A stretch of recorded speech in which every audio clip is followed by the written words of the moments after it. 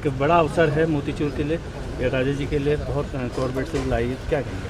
देखिए, ये मोतीचूर राजा जी national park हमारा देहरादून, हरिद्वार, पौड़ी जनपद और इस पूरे क्षेत्र में ऋषिकेश जो एक हमारा पर्यटन का बड़ा हब है, लोगों का बड़ी संख्या में आना जाना रहता है। उस क्षेत्र में भी पर्यटन बढ़े और लोग यहाँ भी इसको देखने आए, इस प्राकृतिक सौंदर्य को देखने आए।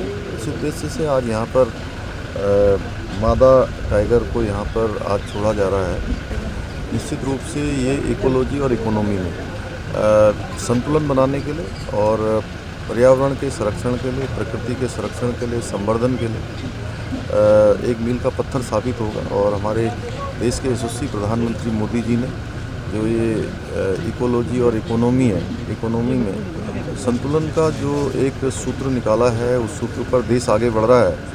इसमें प्रकृति का संरक्षण भी हो रहा है, संवर्धन भी हो रहा है, हमारा पर्यटन भी बढ़ रहा है और पर्यावरण का संरक्षण भी हो रहा है। तो आज के इस अवसर पर मैं हमारे देश के यशस्वी वन मंत्री जी का, भूपेंद्र यादव जी का बहुत धन्यवाद करता हूं कि वो इस अवसर पर यहाँ उपलब्ध हैं। उन्होंने अनेक योजनाओं के बारे में और जो वन भूमि से संबंधित हमारे जो यहाँ की कुछ मांगें हैं, कुछ आवश्यकताएं हैं, उनके संबंध में भी मैंने उनसे बात की है। तो उन्होंने मुझे आश्वस्त किया है कि हर प्रकार से जो भी वन विभाग से जो भारत सरकार के स्तर पर जिनकी एनओसी मिलनी है, जिनको स्वीकृति प्राप्त होनी है, उन सबको स्वीकृति देंगे। मैं उनका दिल से आभार व्यक्त करता हूं। और हमने बहुत सारे, चूँकि वन भूमि के बहुत सारे प्रस्ताव, बहुत सारे ऐसे प्रकरण हैं जिनके कारण से, और हमारे यहाँ पर उत्तराखंड में 71% जो भूभाग है वो वनों पर है। उसके कारण से कई बार जो हमें नए डेवलपमेंट करने के लिए और नई आवश्यकताओं के लिए जो भूमि की आवश्यकता होती है, वो मिलने में थोड़ा दिक्कत होती है। उसके निराकरण के लिए मैंने उससे अनुरोध किया है। सर, समय के साथ साथ जिस तरह एक और आबादी बढ़ रही है और वन्य जीव संरक्षण भी जो है अपने आप में जो है धीरे धीरे वन्य जीवों की संख्या भी बढ़ रही है, लेकिन एक मैन एनिमल कॉन्फ्लिक्ट की भी समस्या बीच में आ रही है।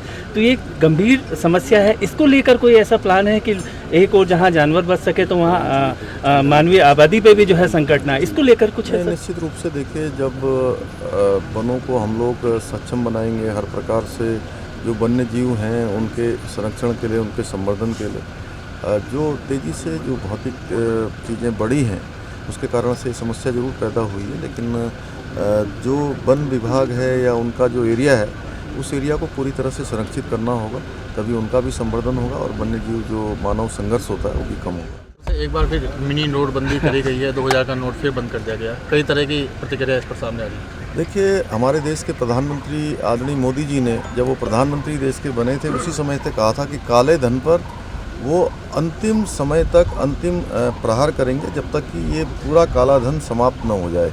देश की अर्थव्यवस्था को सुधारने के लिए, देश की अर्थव्यवस्था को बढ़ाने के लिए उन्होंने जो ये प्रयास प्रारंभ किए हैं, उसी कड़ी में ये भी काम हुआ है। 2000 का जो नोट है, लेकिन इसमें किसी को पैनिक होने की आवश्यकता नहीं है।